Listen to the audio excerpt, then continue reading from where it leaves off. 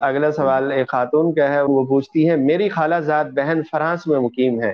ان کی بڑی بیٹی جو کہ 13 سال کی ہے، اس کی کالج کی کچھ دوستیں غیر مسلم ہیں اور کچھ مسلم ہیں، ان کے ساتھ کی وجہ سے بیٹی کو کوئی نہ کوئی پریشانی رہتی ہے۔ اب پچھلے کچھ دنوں سے اپنی والدہ سے سوال ہے کہ غیر مسلم بھی اپنے مذہب پر ایسے ہی یقین رکھتے ہیں جیسے ہم مسلمان اپنے دین پر یقین رکھتے ہیں اور احکام کی پیروی کرتے ہیں۔ اب ہم یہ کیسے کہہ سکتے ہیں کہ ہم ٹھیک ہیں یا وہ غیر مسلم ہیں؟ اور ہم سے ہمیشہ اسی طرح کے سوال کرتی ہے اور کہتی ہے کہ مجھے جواب دیں کہ میں کیسے یقین کروں کہ ہم مسلمان صحیح مذہب پر ہیں۔ دین اسلام کے احکام و تعلیمات کے متعلق بھی سب سمجھا کر اور بتا کر دیکھ لیا، لیکن اس کا یہ سوال اب بھی باقی ہے۔ اب ہم پریشان ہیں کہ اس بچی کو کس طرح سمجھائیں۔ برائے مہربانی آپ رہنمائی فرمائیں اور مجھے مستند اور جامع جواب دیں تاکہ اس بچی کو ہم دین اسلام کا صحیح مفہوم سمجھا سکیں۔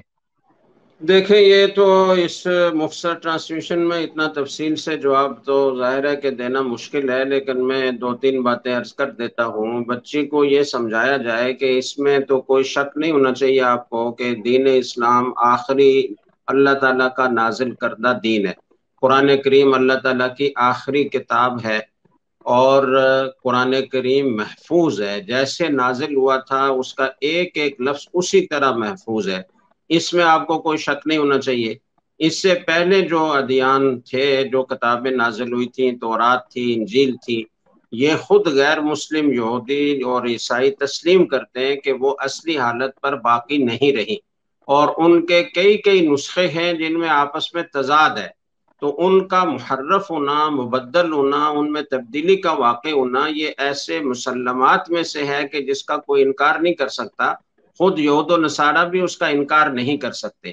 تو ایک ایسا دین جس میں تبدیلی واقع ہو گئی ہے، جس میں تحریف ہو گئی ہے، اور جس کا انکار ناممکن ہے، اس کو کیسے دین حق کہا جا سکتا ہے؟ وہ ناقص دین ہے۔ اور دوسری بات یہ ہے کہ جب کوئی بھی نبی آتے ہیں تو انہوں نے جو دین کے احکام اپنی امت کو بتائے، ان کے وقت تک تو وہ قابل عمل ہوتے ہیں اور ان کی پیروی لازم ہوتی ہے، لیکن جب کوئی دوسرا نبی آتا ہے تو پہلے بعض احکام منسوخ ہو جاتے ہیں اور پھر وہ قابل عمل نہیں رہتے۔ اسی طریقے سے جب دین اسلام آیا تو پہلے والے کئی احکام منسوخ ہو گئے، تو اب منسوخ دین پر تو عمل نہیں ہو سکتا، اور پھر خاص طور سے جب اس میں تبدیلی ہو گئی، تحریف ہو گئی، تو اس پر عمل کیسے کیا جا سکتا ہے؟ قرآن کریم اللہ کی سچی کتاب ہے اور محفوظ ہے، اور یہ ایسا معجزہ ہے کہ اس کا کوئی مقابلہ نہیں کر سکتا، اور قیامت تک کے لیے ایسا معجزہ ہے کہ اس کا کوئی بھی مقابلہ کرنا ممکن نہیں ہے۔ قرآن کریم نے مشرکین کو، جو فصحاء اور بلغاء تھے، اپنے دور کے انتہائی فصیح بلیغ شاعر تھے، ان کے دور میں یہ چیلنج کیا کہ اس قرآن کریم جیسی ایک سورت بنا کر لے آؤ۔ انا اعطیناک الکوثر 150 کی صورت ہے، اس جیسی www.darsequran.com۔ صورت بھی اس وقت سے لے کر آج تک کوئی بنانے میں کامیاب نہیں ہو سکا۔ مختلف ادوار میں اس کی کوششیں کی گئیں، لیکن جب وہ کوئی کسی کی تحریر، کوئی قصیدہ، کوئی شعر، کوئی بھی چیز سامنے آئی تو خود اس دور کے فصحاء بلغاء نے یہ تسلیم کیا کہ یہ قرآن کا مقابلہ نہیں ہے۔ تو ایسی سچی کتاب کے ہوتے ہوئے پھر آپ کیسے کہہ سکتی ہیں کہ کوئی دوسرا دین بھی حق ہو سکتا ہے؟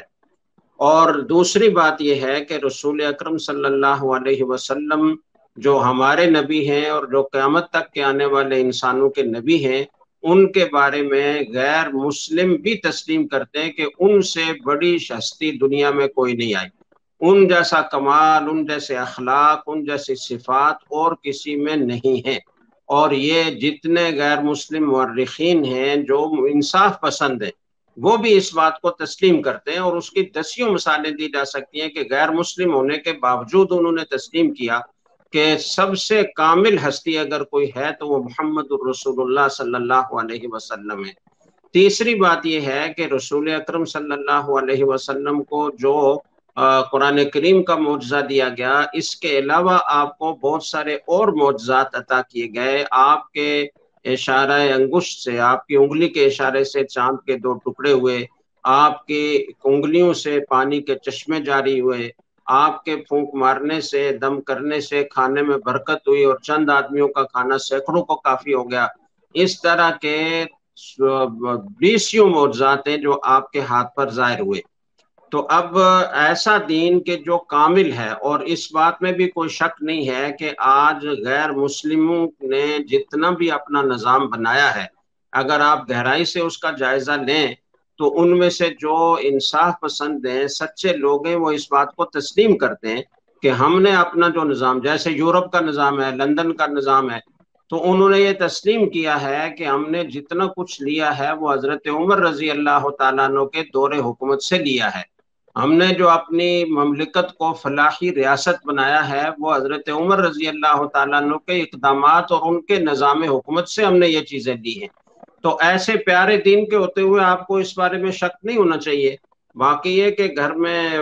مستند علماء کی کتابیں اور اسلام کی حقانیت پر لکھی گئی کتابیں، ان کا مطالعہ خود والدین بھی کریں، بچی کو بھی پڑھائیں، اور کسی اچھی صحبت میں جایا کریں، ہفتے میں 1 دن، 10 دن میں، 15 دن میں 1 دن۔